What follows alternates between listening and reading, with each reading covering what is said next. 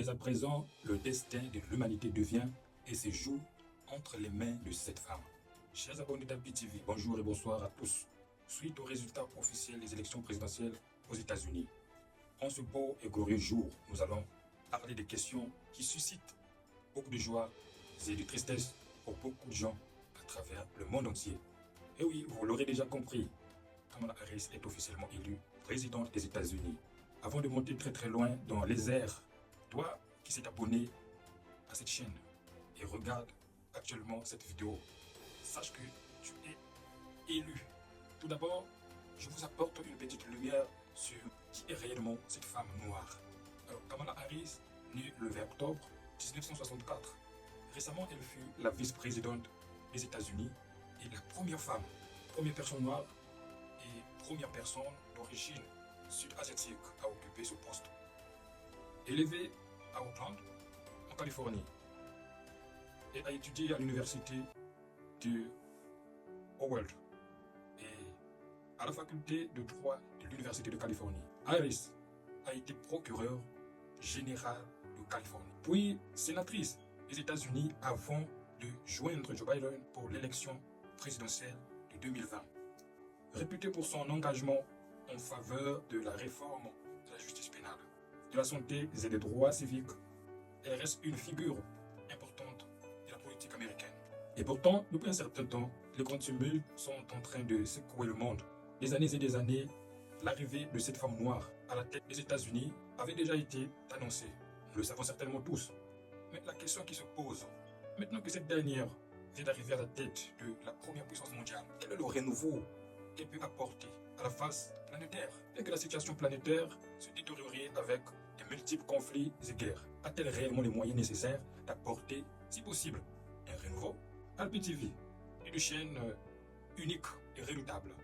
Elle est comme la mère aigle, elle monte dans les dimensions plus élevées pour aller recueillir des informations de la source et descendre avec pour donner à ces petits aigles que vous êtes, mes chers abonnés. Alors, aux États-Unis, il existe deux grands camps majeurs. Le premier camp républicain est celui dont Donald Trump est le chef. Ce camp n'a finalement pas pu être à la tête de ces élections malgré la promesse qui avait été faite par Donald Trump, selon laquelle, si jamais il est élu, il mettrait fin au conflit russo-ukrainien. Malheureusement, les choses se sont mal tournées. L'espoir n'est plus sur lui, plutôt actuellement sur Kamala Harris.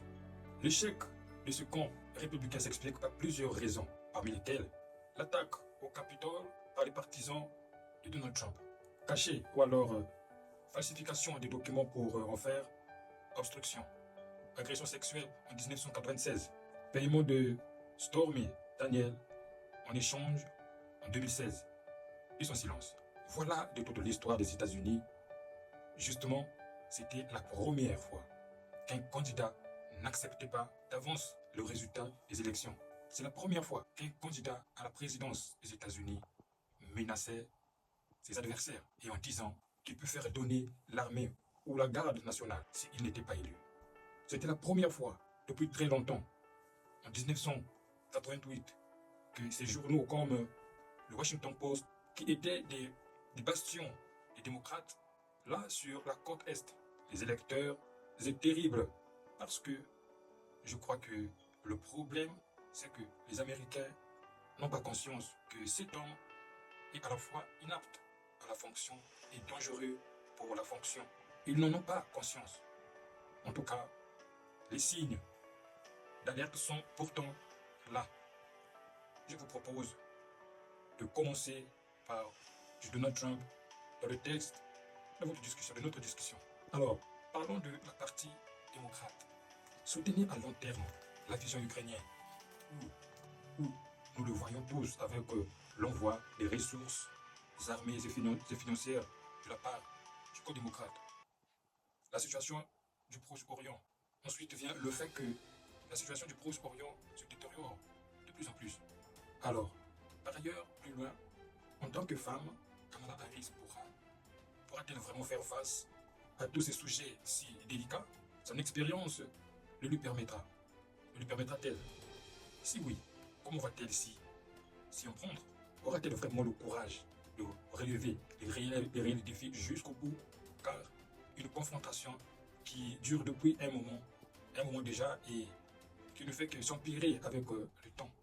En ce qui concerne la vision de Kamala Harris, vous savez, vous savez très bien qu'à la face planétaire, il y a, il y a plus de femmes que d'hommes. Alors, elle pourra donc, elle pourra donc, elle apportera donc ce soutien nécessaire auprès des femmes quant aux différentes inégalités, car les femmes représentent plus de la moitié de l'humanité. Elle pourrait également perpétuer les idéologies de Joe Biden tout en relevant l'économie du pays.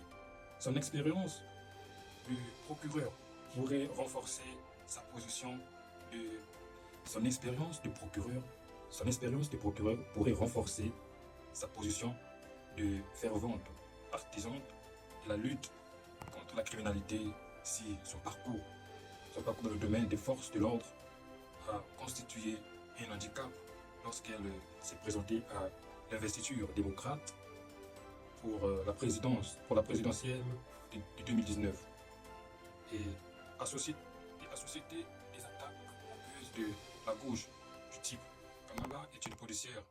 Elle pourrait l'aider.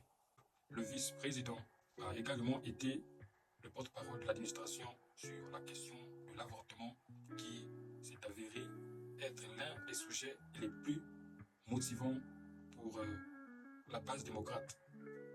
Lors des dernières élections, M. Biden, en revanche, s'est parfois très réticent à défendre cette question, n'est pas son passé de soutien à certaines restrictions de la procédure. Je pense que le rappel aux femmes d'évaluer le tout, le pays, en particulier dans les États clés de ce qui est en jeu en matière de droits reproductifs, a déclaré l'ancien membre du Congrès de New York, Stephen Israel, qui tirait jaloux comité de comprendre démocrate du Congrès du podcast américain de la BBC. Et la vision sur l'actualité Corée du Nord et d'Iran, est-ce qu'elle pourra réellement arriver à faire face à tous ces grands sujets délicats? Par ailleurs, la menace ardente sur l'arme nucléaire, qu'est-ce qu'elle pense à ces sujets? Et pourtant, Vladimir Poutine ne cesse de faire des menaces, des grimaces sur l'utilisation de ces armes nucléaires. Et qu'est-ce qu'elle propose envers, premièrement, sa propre condamnation, et qu'est-ce qu'elle propose aussi à la face planétaire comme solution? Car il est bien clair que quelque chose de grande ampleur est sur le point d'arriver sur la face mondiale. Et donc, ceux qui s'est abonné à Alpi TV et regarde cette vidéo, ressaisis-toi